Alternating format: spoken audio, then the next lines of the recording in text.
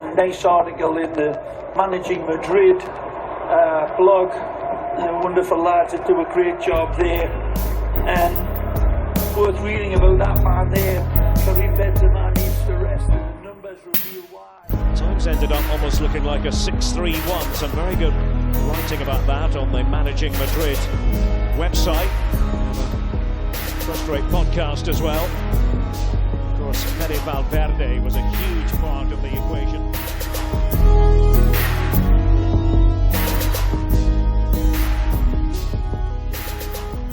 Hello and welcome to the Managing Madrid Podcast. I'm your host, Kiyan Sobhani. It is Sunday, April 2nd.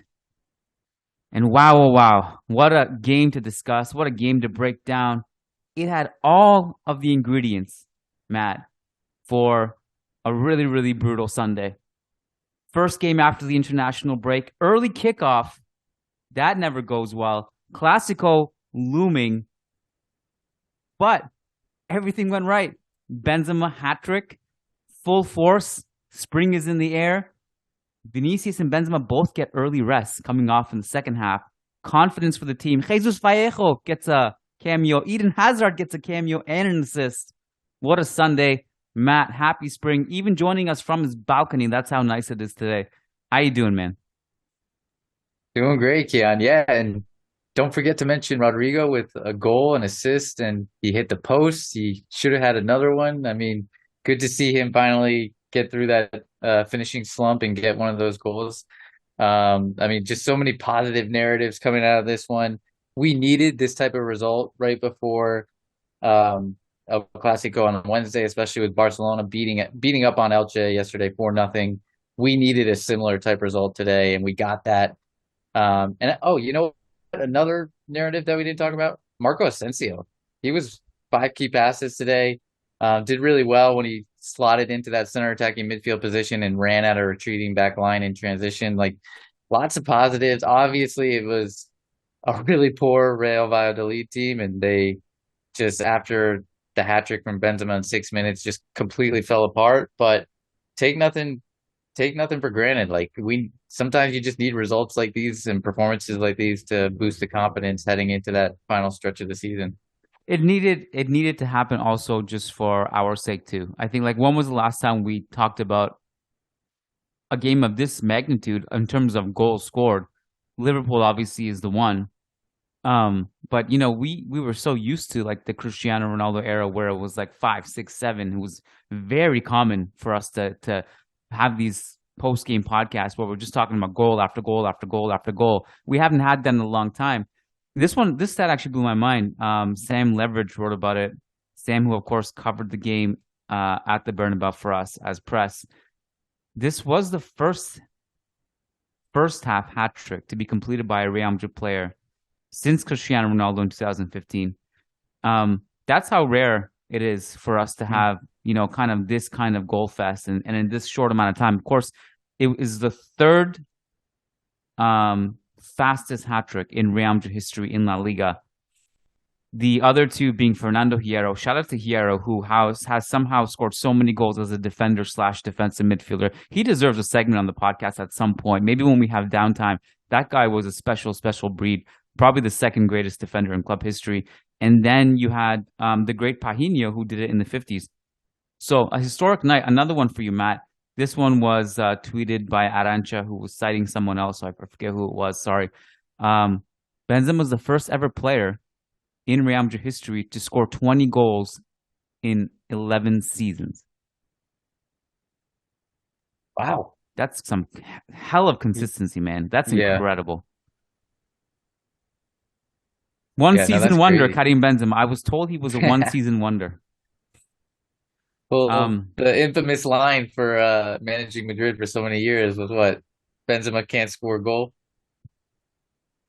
There was definitely, the peak of that was, I think, 2018, maybe. Something like that, where Benzema can't score a goal. Of course, famously coined by one of our podcast listeners who tweeted every 2 seconds at Managing Madrid, Benzema can't score a goal. And we just took it on. It became a catchphrase.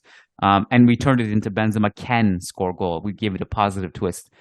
Talk us through the starting lineup, Matt, because I think this one was something that was going to be interesting for me to look out for, obviously, with the league being done and we have a really important game coming up on Wednesday, I was curious to see how Ancelotti would juggle it. I just kind of assumed, and I think that came into fruition, that the players who did not go on the international break, like Benzema, like Kroos, and others that I'm forgetting, would get a start.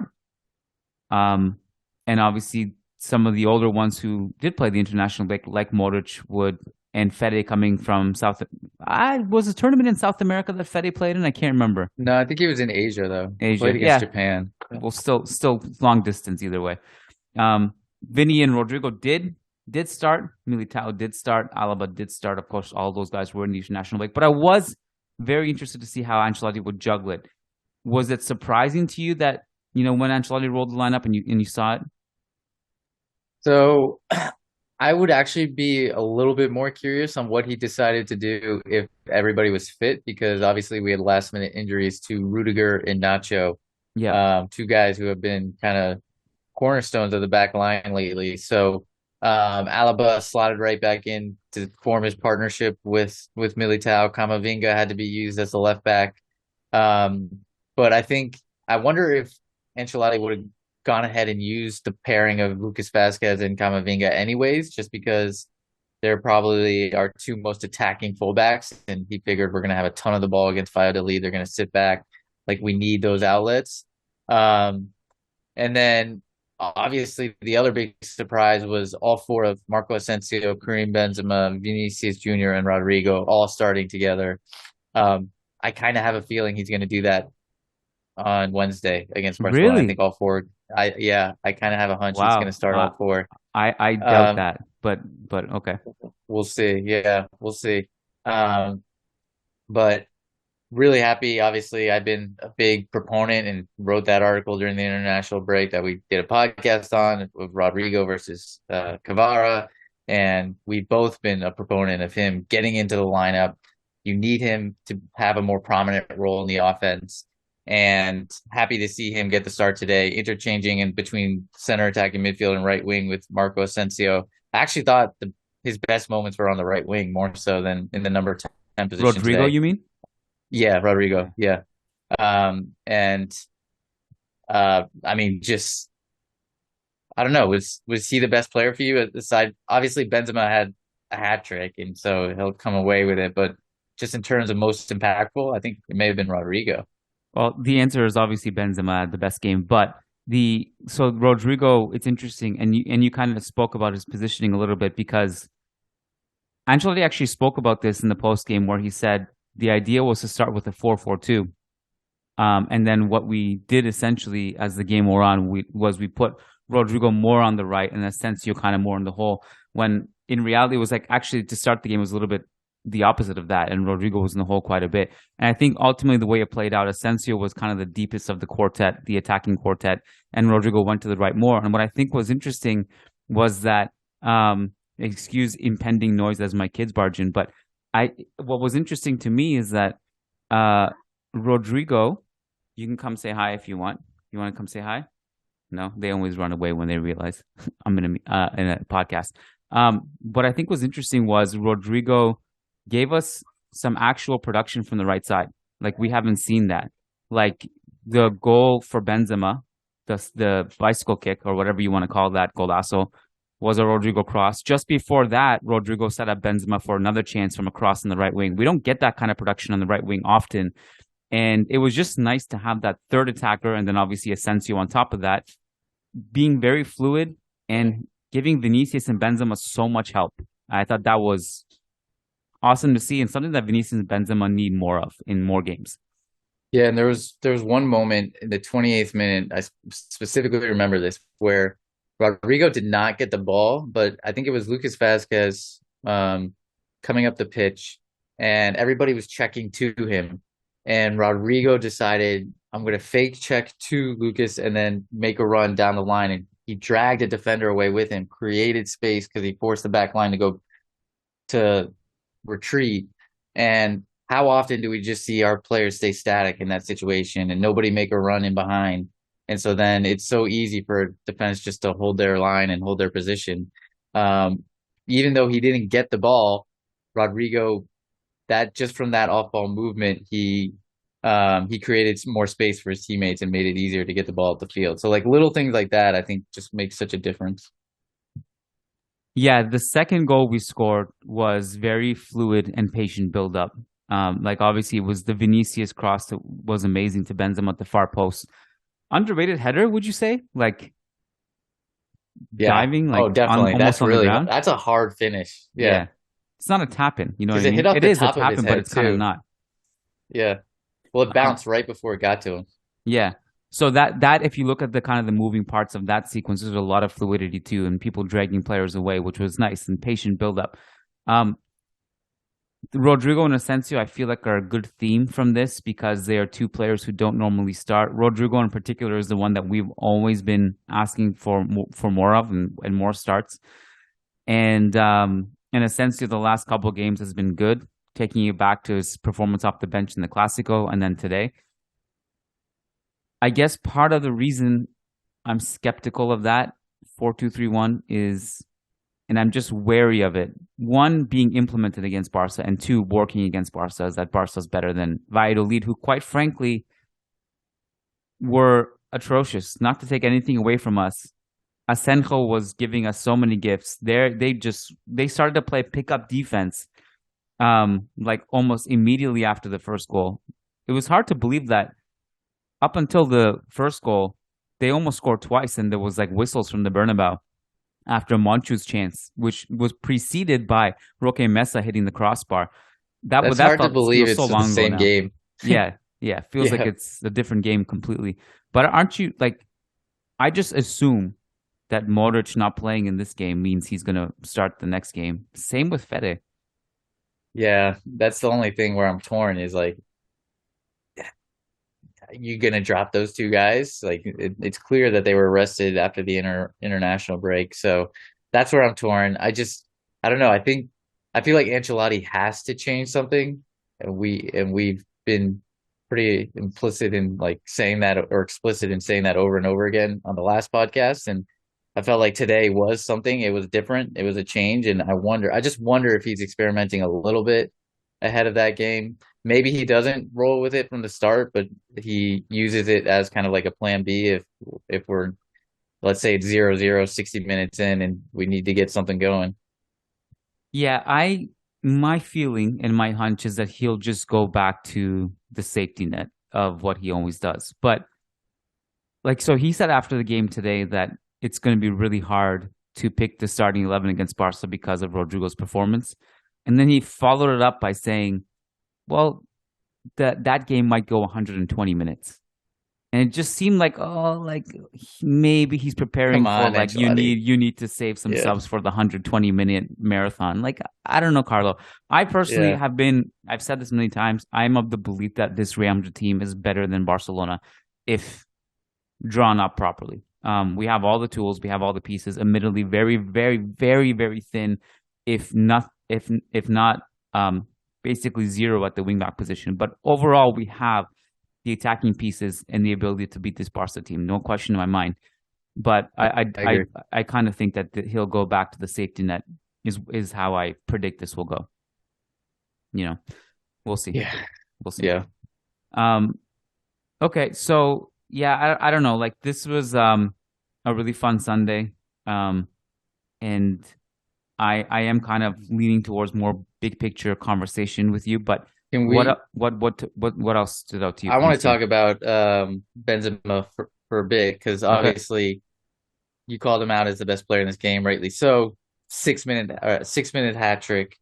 Um, and I wrote a piece kind of midweek during the international break, looking at a new training technique. It looks like Benzema is using to Hmm. prep for this final stretch of the season.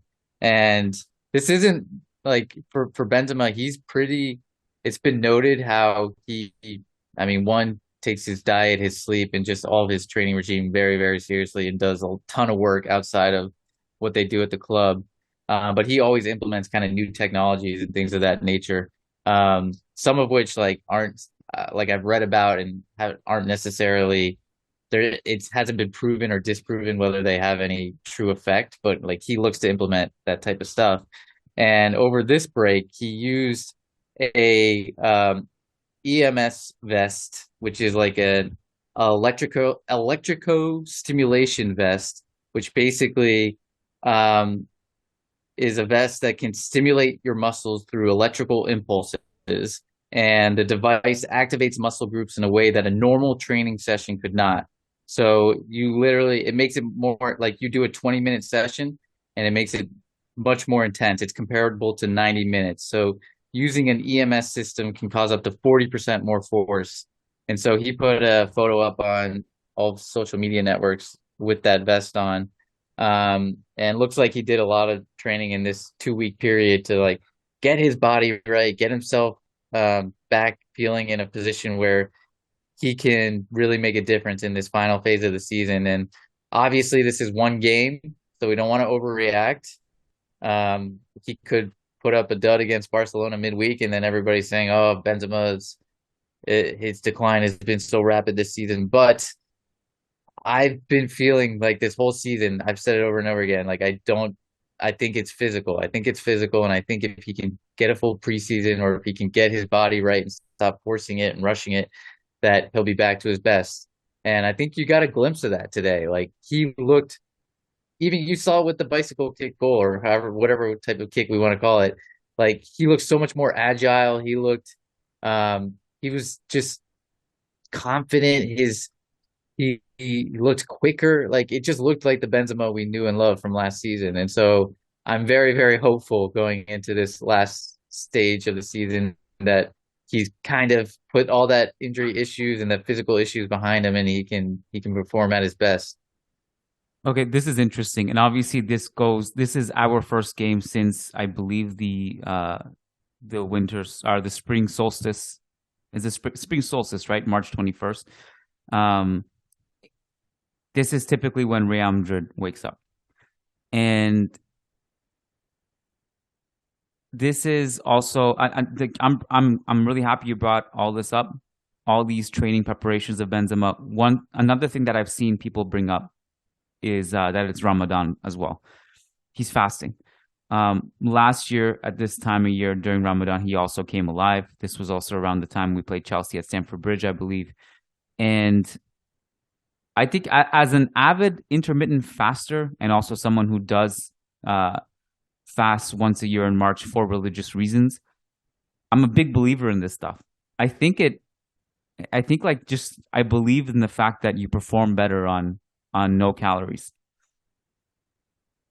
Well, not to take this podcast into a different direction, or a huge tangent, but like I recently read a book on kind of different, I don't know, like health specific items, and fasting was the topic in the book. And part of the reason why it's beneficial is because it basically cleans out your microbiome, which is your gut, and like the gut bacteria, and kind of like refreshes it. And so, so if that's not something he typically does, then maybe even from that perspective, like a combination of all these different things he's doing has helped kind of get his body back to where it needs to be. Yeah, it also gives your organs a rest from constantly digesting food. And that's actually been proven like scientifically that that's something that everyone should look at doing once a year. I have this conversation with people who do fast, and they always say like, when I do it, I feel so much better. I also like just for your mental sharpness, I find it helps a lot. That's a different conversation, but this is why I think like it's actually helpful to kind of take this approach all year round. But I think we can't discount that fact that has also helped them, which is a great sign for this time of year. Isn't it kind of half frustrating to you when you watch games like this and you think about like what's possible? Like the league is over. We have to wait. This is the first time we score 6 goals in the game. I'm not asking us to score 6 goals every game, but can we do this when the league's not over? Doesn't that kind of frustrate you a little bit? Yeah, or even the fact that like Benzema is now 3 goals away from Lewandowski on the Pichichi charts, and he's missed how many more games compared to Lewandowski? Obviously, Lewandowski had that red card where he missed a bunch of games, but still, like he hasn't had the same rhythm, consistency, opportunities as Lewandowski, and you just think about if he was playing at the level he was last season and came into this season fit, could this year be very different? It should have been different. I really think it should have been different. But I guess that conversation is a little bit too late now. But I don't know. I guess I'm just very skeptical of us seeing 4-2-3-1. But I enjoy the formation generally speaking. But I think we should, because we've spoken a lot about the attack. How did you feel the double pivot actually functioned together? What did you see there? Um, I don't obviously. My only concern with the double pivot, at least the two, like with Kroos in the double pivot, is when we decide we want to press, he's coming from a deeper position in terms of the amount of distance he has to cover to get to the player once we decide we have to press. And I notice he's always a little bit late or he's kind of lagging behind. So I'm not as much as like you need Cruz to dictate the rhythm and control your game, and he's the best progressive passer in the world. It's I am always a little bit worried about him in a double pivot just because he doesn't have the athleticism. He's never been like a huge athletic freak, and I think you need that work rate and just the ability to cover ground a little bit more when you have one less midfielder supporting you. So from that perspective, I worry about it like if we were to use it in a bigger game. But for today, I think it worked out. I mean, it worked out just fine. And I thought Tchouameni had a solid game. I thought even when we were up, there was one moment in the second half where we were up 4-0 already, and there's kind of a loose ball 50-50. He goes in full-blooded challenge, crunching tackle, wins it. Then it kind of the ball gets loose a little bit again, and he goes in again and wins the second ball. And I think that's a testament to his attitude and his kind of demeanor. Even when a game's pretty much done and dusted, he's still fighting full on, and I think that's huge for him. And I think he's had a decent run of games now. The Espanyol game, coming in as a substitute against Barcelona, I thought he was really good. He played well for France international break, and now this game. So I think he's slowly starting to get some more rhythm and get back into kind of the Tchouameni we know and hope for. He had a few of those sequences that you're speaking about. Challenges were strong all game. There was one that was interesting to me. That was like in the 25th minute, I think it was. Camavinga gives the ball away pretty cheaply from the back, and Tchouameni just wins it. Really strong challenge in midfield, wins the ball back for Real Madrid, then sprints off the ball into the box as like the striker. And there was actually a window where we could have played the through ball. Maybe it was Rodrygo who had the ball, could have played the through ball to him, but didn't. But he rushed into the box. But I think that the Kroos double pivot point is interesting in that his numbers were off the charts again today offensively and with the ball at his feet. They always are. The Monchu chance, which was followed by whistles from the Bernabeu, was Kroos jogging in transition and not marking him. I have a maybe controversial take. I'd be curious to know what you think of this. We often talk about Kroos's role and his importance in dropping between the center backs to help beat a press. I actually think he would do well in the 10 role. Like if you just put him in the hole, like where Asensio was today, for example, because it's something we haven't really seen him do often, but it's kind of similar to what he did in the 2010 World Cup when he had Schweinsteiger and Khedira playing behind him almost. And he was the most advanced of those three playing in the 10 role.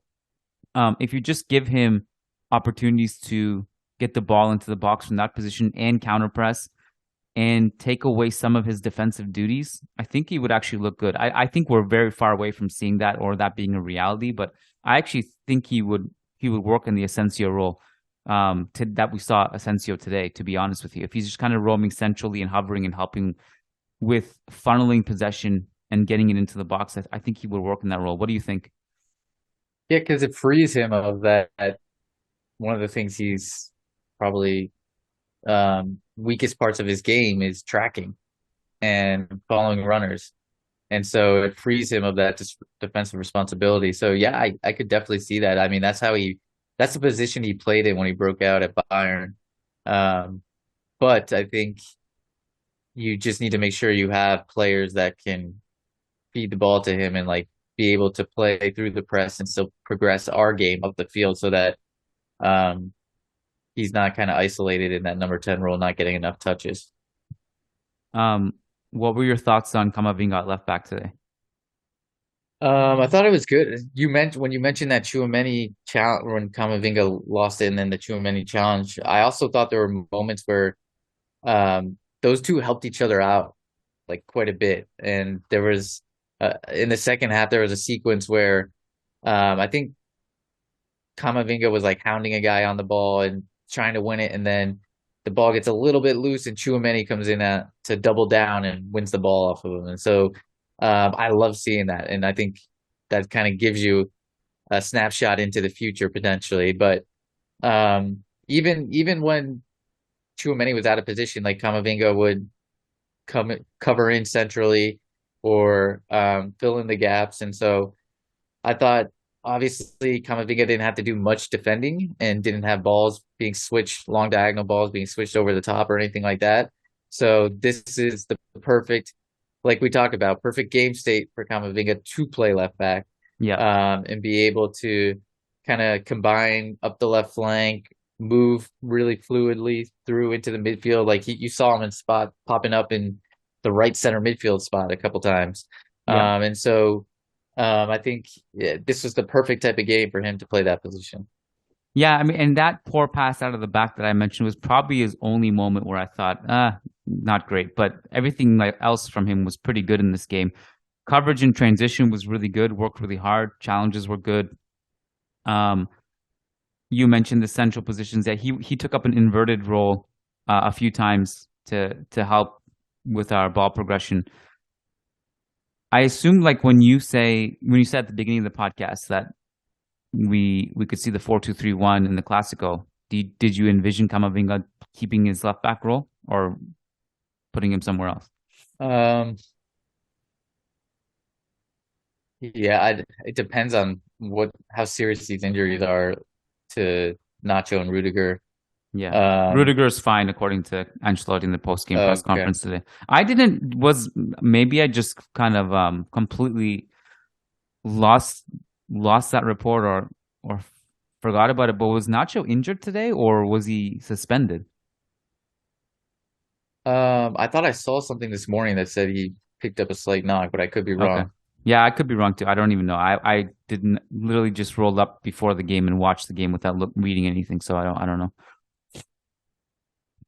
I'll have to look it up. But yeah, but so I kind of feel like Camavinga left back at Barca might be possible. Yeah, I would personally would like to see us try it. I'd like to see us go for it. Like try the Camavinga left back, make sure Rodrygo's on the pitch, give Vinicius overloads. Like let's go for it a little bit more. Obviously you're worried about Rafinha in particular, who played really well against us in the first leg, especially from a 1v1 position, and you worry about Camavinga isolated in those spots. But I don't know. Part of me just kind of wants to try it out after 3 consecutive Clasico losses. I just want to try some stuff out. I think it's pretty risky because you all of a sudden go from this, by the way, depleted Real Valladolid side. They were actually harnessing a lot of injuries to Rafinha on that right wing. Admittedly, you're not going to get much offense from Araujo. So I guess it's possibly another way of just pinning Rafinha a bit deeper and then hoping Camavinga's transition defense is good enough to help. I think it's possible. And it's only really possible because of Mendy's injury. And by the way, Nacho was suspended due to yellow card accumulation. So from a health standpoint, I think I assume he'll be okay. Okay. And good. Yeah, and Ancelotti said after the game that Rudiger looks fine. He's walking around normally without pain. So I don't know if that means he starts, but if it does, it probably means Alaba goes to left back. Yeah, but Nacho's been playing so well, so that's why I'm that's so also curious true. to see. Yeah, it should be Nacho, to be honest, based on merit. I'm very curious to see who he goes with, particularly in the back line, because there's you could argue that Rudiger has been just on merit in the last few games, deserves to start. And then, but how do you leave out a guy like Alaba, who, when he's in top shape and top form, like I think I'm picking him every day of the week. So particularly when you're playing a team that presses high, you need somebody as comfortable on the ball as David Alaba. Yeah. Yeah. That's true. So this is, I mean, I kind of knew this would have turned into Barca preview podcast and lineups against Barca. I'm writing about this. I'll probably release it tomorrow, maybe tonight, who knows. And I don't want to spoil it too much, but there's a part of me that going into the first leg of the Copa, I naively said this is the chance to do psychological damage, put some goals past these guys. They're missing players. And we didn't do that. And I thought about it again for the La Liga game. Okay, this La Liga game probably doesn't mean anything. I don't think we're going to win the league. But it's a chance to turn a psychological corner. And I was wrong on both times. And to be quite honest, any time we're in a situation where we can go in against them when they're wounded and we can use a win, a really to psychologically damage them and use it to slingshot past them and fuel our season, we don't. So I'm sitting here once again like an absolute idiot, a buffoon, naively just believing that this could be the time where we could just put a sword through their La Liga trophy, which they are going to get. But at least, like, if we came, I'm getting way ahead of myself. I should not be talking like this. Again, this is just me just speaking out loud without thinking. If you beat Barca and beat them convincingly, you win the Copa del Rey and you win the Champions League, I don't care Barca won the league. That would completely change everything. But the reason I'm speaking like this is maybe not, is half naivety, but also half like this is a realistic option on the table. This is not a complete dream. You got Chelsea coming up. You got a path to the final if you can get there in the Champions League. I'm not saying it's easy. It's going to be hella difficult. But at the Copa del Rey, you know how to beat this Barca team. You go in every single time with the same ideology. These guys are wounded again. Is Pedri back? I don't think Pedri's back, is he? I think Frankie's a doubt. I don't think so. Frankie's a doubt. Dembele's not coming back. Out. Christensen's out. Yeah. I'll just leave it there. Yeah. What else is there to say? Yeah. I mean, I think the repeat of the Champions League, I think it's going to be very, very difficult. And I don't know that I've seen enough from this team this season to have a lot of faith. But hey, I didn't have much faith last season, and look what they did. So you can never rule out Real Madrid in the Champions League. But yeah, in this Copa del Rey, like, this should be the bare minimum for us. Given what's happened at this season, given the trophies that have already been lost and where we stand from a competitive position, the Copa del Rey is now the bare minimum. And so we got to see something come Wednesday. Yeah. My personal feeling, Matt, I think there's zero excuse not to beat this Barca team. Zero excuse. Yeah. Zero. I'm with you. You want to fast forward to subs? I got to be really honest with you. By halftime. Well, can we? Yeah. I don't have much on subs, but there are two players I do want to talk about still from this starting 11. Go for it. I just wanted to make the point quickly that by halftime, I was out on analysis. I was enjoying a coffee and just taking some notes here and there. And I was like, you know what? This is done. So forgive me if I don't have very, very incredible tactical analysis the second half. I don't have anything. But yeah, sorry. Those two players you want to talk about. Yeah, so one, Eder Militao, guy continues to be our best center back, continues to be an absolute monster. I mean, I just thinking about it from a striker or winger perspective, like when you go against Militao, it's so demoralizing. You know he's faster than you, stronger than you, comfortable on the ball, can ping a 50-yard long diagonal, like just has it all the tools. And anytime you think, oh, I'm through on this counterattack, he comes out of nowhere and just clean sweeps everything up. And there was even one moment where Alaba was kind of beat for pace, and he comes sprinting over on a diagonal to cover for Alaba, and Alaba just switches positions with him.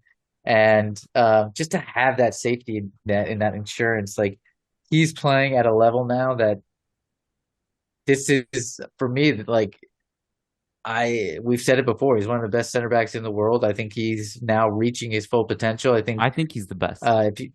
Yeah, I think like if he can continue to break lines with his dribbling, and continue to hit that long diagonal ball, and just improve his comfort on the ball, I think there's absolutely no stopping him. He has all the tools. He's now got the consistency that he lacked last season. I can't get over how impressed I am with him this year, and 100% our best center back, best defender, and probably one of our best players this season. And Yeah. and so, yeah, I mean, what a we go from Sergio Ramos, Rafael Varane, Hierro, who you mentioned, like now Eder Militao. If he continues to play like this, he's going to carve a name for himself in Real Madrid history, and he's a monster of a player. Fantastic as pretty usual nominal for him. 3 blocked shots and 6 clearances. Kind of came out of nowhere because he didn't have that much to do defensively, but he was awesome.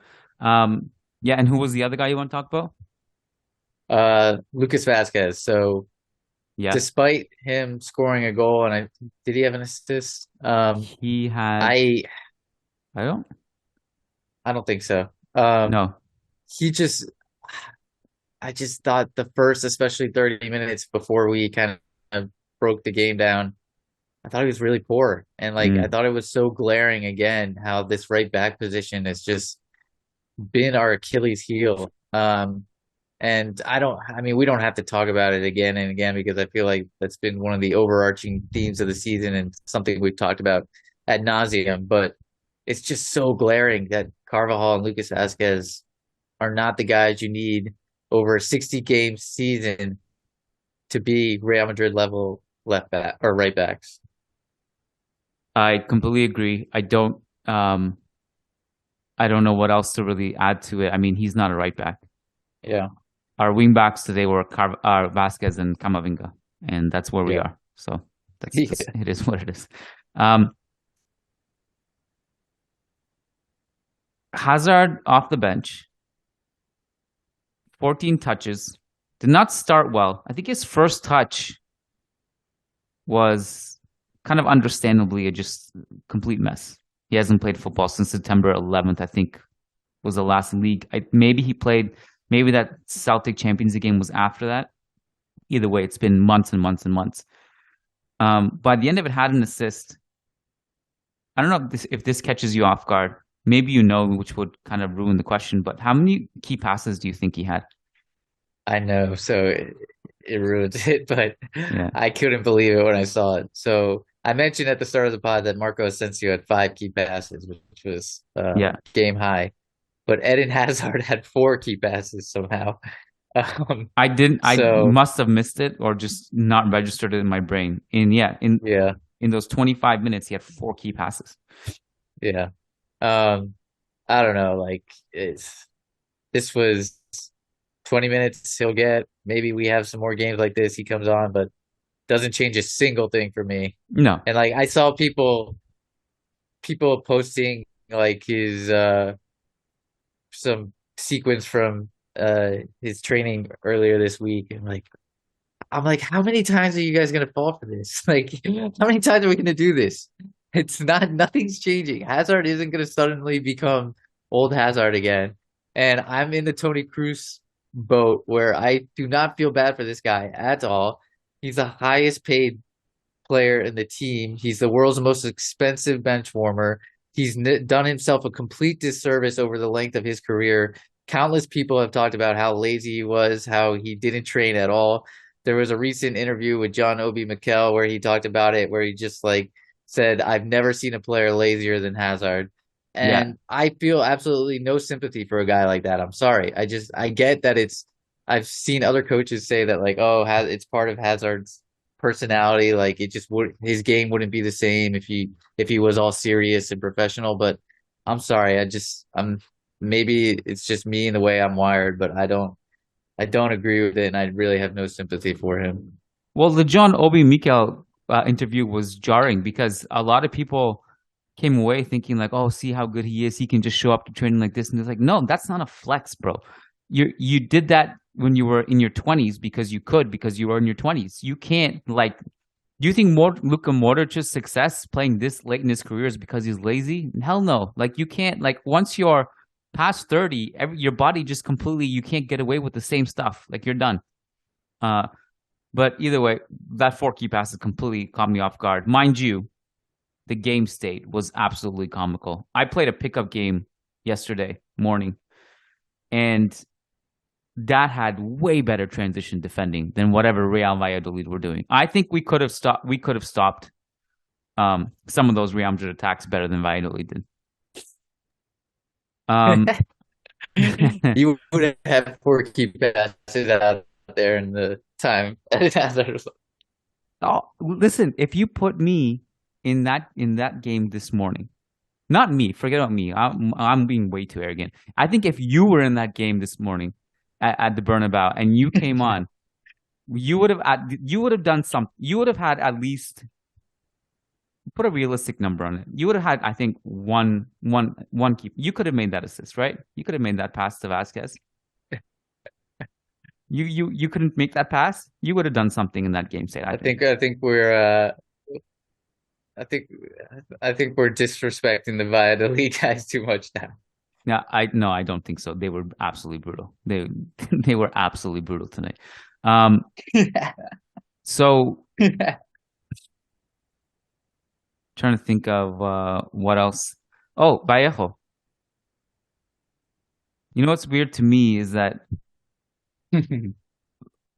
obviously the league was done early last year too, under completely different circumstances because we were the ones that won the league, which was nice, which enabled Jesus Vallejo to play quite a bit at the tail end of last season, and he played well. It's great to see Vallejo entering the field. I personally have really liked him on a personal level. I understand that the footballing side of things is a different matter. I've always been rooting for him because I feel like he's been a lot through his injuries growing up. And I just always kind of just liked him as a human. So I'm happy for him, but I just can't believe we're already at this stage of the season where it's the league is done in favor of Barca and now we're getting the Vallejo Hazard minutes. Kind of surreal. Again, it kind of makes me upset that the other thing too. Yeah. The other thing too, though, is I feel like in our brains we think, oh, it's April, so we're like it's towards the end of the season, but the season's going on for an extra month because of the World Cup. So like we really lost. We say we lost La Liga in March, but we really lost it in what would in normal seasons be February. Like that's ridiculous. And so. Yeah, to your point that it's already happening now, the Vallejo and Odriozola minutes. It's pretty sad, but it is what it is. And hey, Vallejo almost scored twice. He almost got on the end of 2 corner kicks today. So yeah, give him credit where it's due. Oh, I take no credit from Vallejo at all. It's just more about like Yeah. the situation that we're finding ourselves in. Yeah. Really, we can say April because it's April, but really in March. The league was over in March, so we can actually take it back to March. But this the subs, were you a little bit disappointed that Alvaro didn't come in? Or do you think it's fine because he played I felt like yesterday? Ancelotti. Yeah, that's kind of what I was thinking. I think Ancelotti only was going to use him if he absolutely needed him just because he played yesterday. That was kind of my thinking. Yeah. And yeah, part of me would have really liked to have seen Arribas in the game like this. Just to pile on more Arribas agenda and stuff like that. But, you know, Castilla right now are really pushing. They Or had a big Vinicius win. Tobias. That would be a perfect game for him. Yeah, I can't remember what the reason Well, he's not. He just doesn't get called up. I guess that's the reason. I was trying to think of like a reason. Was he injured? No, he was suspended for Castilla's game yesterday, so he didn't play for Castilla yesterday. Oh, really? But he's just never. Oh, yeah. come on. What's that? Yeah, you could have just brought him on. I think that's a perfect reason. Yeah. Yeah. It's true. Yeah, it's actually true. You could definitely argue it, and I personally would argue. I'm sure there are many Hazard Twitter accounts who disagree with me, but I personally would rather develop our young players in these moments than give Hazard 10, 15, 20, 25 minutes in a game like this. That's my personal opinion. You got anything else? No, I think that's it. Like you said, it kind of turned a little bit into a preview pod for Barcelona, but I think there are a lot of good narratives that came out of this game. A lot of questions now heading into that Wednesday game of what will Ancelotti do with the lineup. And so, all in all, this was a really positive Sunday. Most happy for the Karim hat trick and the Rodrygo goals, because those are the two guys we need coming into form as we go into the final stretch here. Yeah, much needed. Look, like I couldn't be happier at the fact that not only Benzema but Rodrygo has gained confidence. You speak so much about the ketchup bottle. It's great that the ketchup was squeezed today and not, like one game before the Clasico, and we didn't have to have it happen in the Clasico. The fact that he has already momentum now is huge. So hopefully all of that will contribute to a comeback win over Barca, and we will have something fun to talk about. Just as a note to our listeners, Wednesday night's podcast is our midweek Zoom podcast. So these have been a ton of fun. People have been loving them. If you're a patron, you get a Zoom link every week for a podcast, Q&A, or post-game podcast if we have a midweek game. And in this case, we have Barca coming up. And that is a post-game show live on Zoom on patreon.com/Managing Madrid. And we also have two Chelsea games. Those will both be on Zoom on patreon.com/Managing Madrid. So make sure you get in on the action. We are going to all of these games. So the Chelsea home, Lucas will be there. Chelsea away at Stamford Bridge, I'll be there. So we're going to come back and share insights with you guys and just take questions live on the call after the analysis is done. So get in on that action. Matt, happy Sunday, buddy. Enjoy the sunshine in Dallas, and we'll catch you next time. Take care. Thanks, Kiyan. Take care. All right, thanks for listening, guys. And before we send you along on your way, we wanted to give a quick shout out to our patrons over on patreon.com/Managing Madrid. Thank you so much for the support. We love that you're a part of this Real Madrid family, which continues to grow. And specific shout out to our $10 plus patrons, because if you pledge $10 or more, not only do you get guaranteed responses to your questions and get access to all the podcasts, you also get a specific shout out on the podcast. So shout out to Brandon Alvarez, Willie Reed, Will Sousa, Way Pairing, Wamik Jamal, Tobias Arroyo Botcher, Taleb Salhab, Tahmid Kalam, Sushank Damala, Sujai Wani, Somanchu Singh, Sheikh Hatiri, Shabaz Sharapov, Sergio Arispe, Santos Solorzano, Samuel Justin, Samir Z, Said Mahad, Sai Mohan Sasi Kumar, Saad Omar, Rodrygo Balmaceda, Rishi D, Phoenix, Peter Powell, Paulo Fierro, Patrick Diafati, Oscar Barrera, Nico Laxo, Nicholas Moeller, Nick Ribeiro, Nelson Mazariego, Naveen Babu, Ramesh Babu, Mowgli, MJ Diego, Michael Zinberg, Marin Myrtle, Matthew Atkins, Martin Ridman, Magnus Lext, Logan Stahl, Leon Stavronakis, Kunal Tilakar, Crystal Glass, Kevin Rivera, Jose Cruz, John Fernandez, Jason Fitz, Ian Marley, Graham Gerard, Gary Kohut, Frederick Rantakiro, Frederick Sundros, S.A. Davisito, Eloy Enriquez, Edward Sossman, Daniel Williams, Connor McMorrow, Christian Toff, Krishna Costa, Charles Williams, Brendan Towers, Brandon Stevens, Ashik Bashar, Arnab Mukherjee, Armand Kashi, Armando L, Anthony Tharp, Anirudh Singh, Andres Silvestre, Ananya Kumar, Alex Rose, Azaz Hussein, Adrian Rios, Adar Zalukovic, Adam Dorsey, Bella Chow, Ramtin Mabrur, Manaf Al-Haddad, Fabian Moreno, and Daniel Smith. You guys are absolute legends. Thank you guys so much for the support. We will see you next time, and Hala Madrid.